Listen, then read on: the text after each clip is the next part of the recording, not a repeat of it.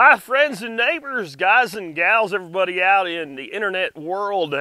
Welcome back to Miyagi Mornings. We had a week off due to unseasonable weather for Texas. It was winter weather, but it wasn't Texas winter weather. We had temperatures down below zero.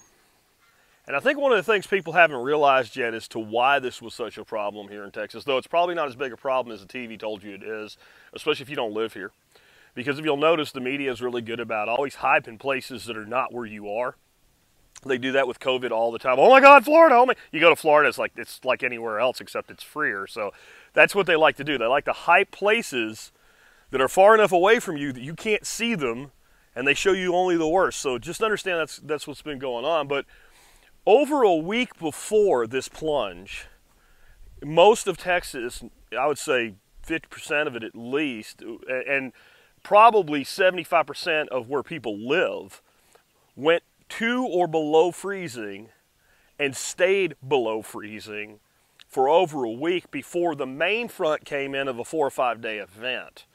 So we're not built down here for our infrastructure to handle that. We get freezing weather. There's no one that lives here that's like, oh gee, it froze. That's a surprise, especially in February. But historically, the norm is we get a cold front comes in, we endure a couple, 3 days of freezing weather, and then the sun comes out like it's out today. And frankly, it's very hard to keep the temperature below freezing with the sun shining down here. We did do it during this event. We did have the sun come out about the second day into it, and it was melting snow and it was 9 degrees. Our sun's really intense. So that's what we're used to. And that kind of segues into my topic today. One of the people on the MeWe thread about this, Miyagi Mornings for suggestions, said, what about using this as a way to talk to friends and family about finally getting prepared? I think it's a fantastic idea, but I'm going to tell you what you don't do. You do not come at this right now with, see, I told you, or anything in that vein.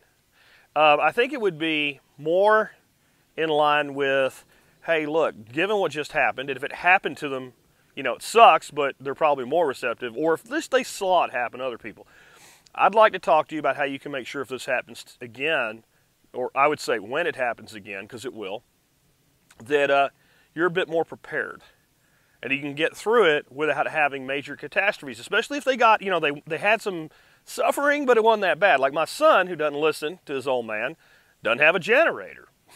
You know, I mean, but at least they didn't have any pipes break inside the house, create flooding or whatever. But they had a pretty miserable 3 or 4 days. Now, it turned out that we had family in town, his aunt, and they had an Airbnb near them that were on 2 different power legs. So they were literally, as power would come back on, bouncing between the 2 places, but they did without.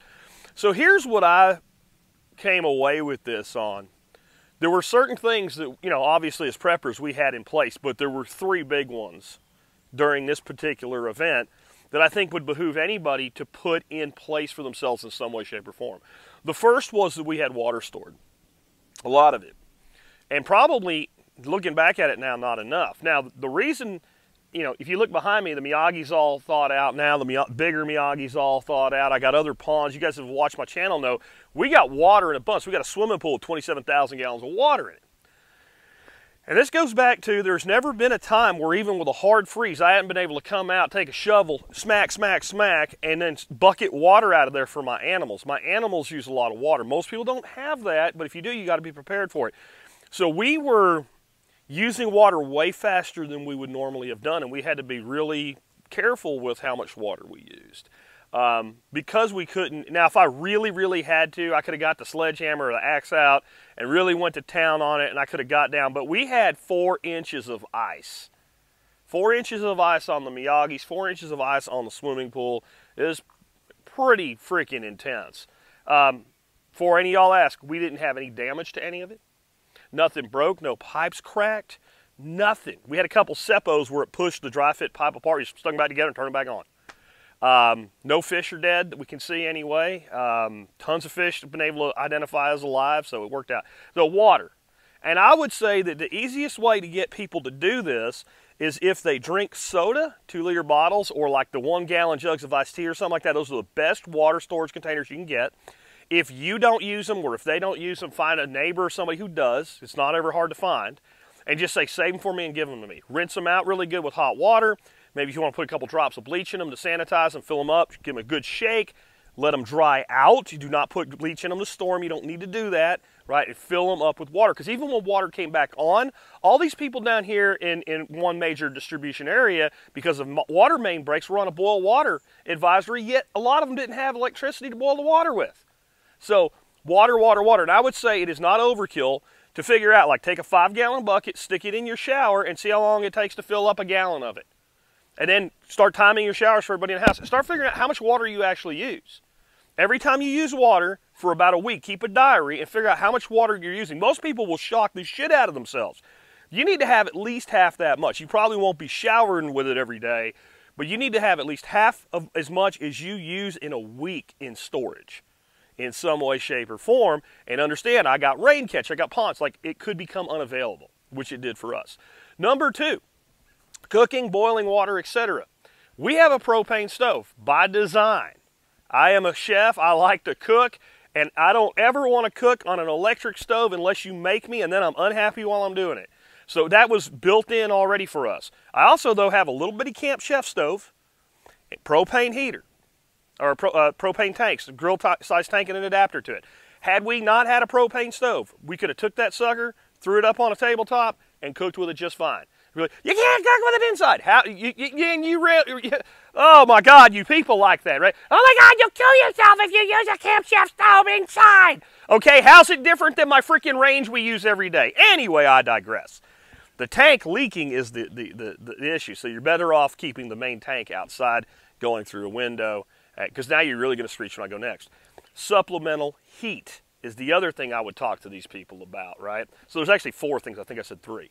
Supplemental heat, and I recommend that everybody have at least 4 grill tanks of propane. You keep them topped off at all the time, which probably means you need at least a 5th tank, so that when that sucker's empty, you go get it filled up. So you don't end up in line like people did 1,000 miles long getting that filled up. So you have your propane for both your cooking and for your supplemental heat. I love the Big Buddy heater. It saved our ass during this. I've been recommending it for like 10 years. And there's so many people said it saved their ass, and so many people said, boy, I wish I would have bought one. And they went and tried to buy one like right when this all started, like, you know, when you knew it was coming, but we weren't there yet, and they had 3-week lead times on them. I bet you they'll come back in stock real fast now. I would really recommend that, or having plumbed in, if you have large tanks on the outside like we do, you can plumb in some space heaters, something to have backup heat. And the next one is a generator. And you can get a good generator. I'm like, you know, 6,000, 7,000 running watt Troy built at Home Depot for under $1,000. And then you're going to need, along with that generator, gas. And I really recommend at least 60 gallons of gasoline. And I recommend you follow my rotational gas methodology, which is once a month, take the can in the front of the row, put the nozzle on it, and when your car or truck is empty, dump 5 gallons of gas in it, seal it up, put it in your car, and when you go fill the car up, fill the can up, put it at the end of the line, and just keep doing that.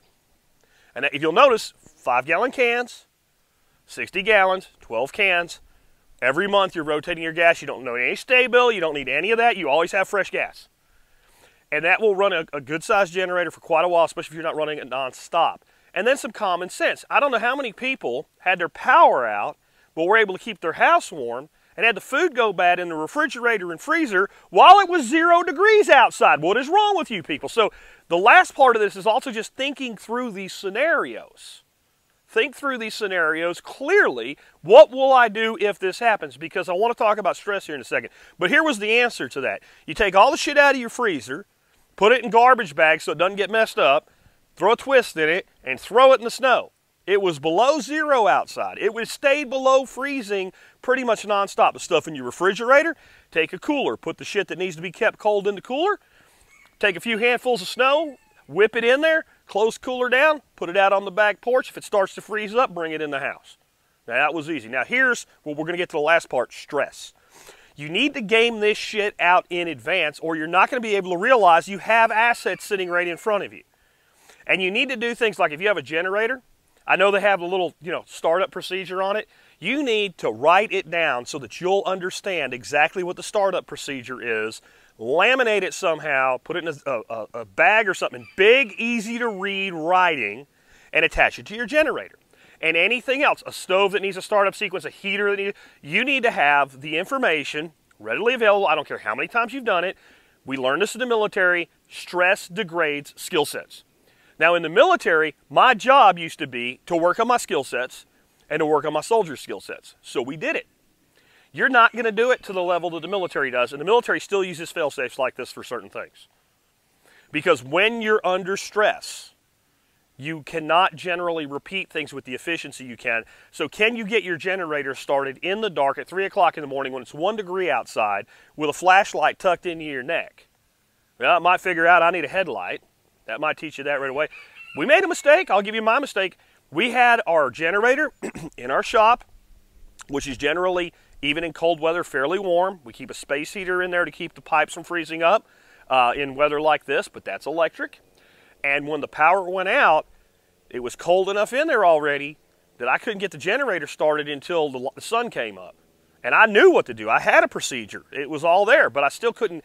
It mechanically would not start. It was too cold. I had to drag it in the house and put it next to one of the propane heaters and let it warm up before it would start. By then, our pipes froze up. So even preppers, we make mistakes, right? We learn from that, and we're going to move on. And that's what to talk to your friends about, too. What was the most painful parts of this? Because check it out, guys, as I finish up here. I've always said we do not prepare for specific disasters. We prepare to deal without systems of support. So everything that I just said, when we have a summer blackout, helps you out. You need to add one thing to it to stay comfortable. A little high efficiency window unit air conditioner you can pop in and take out whenever you need to.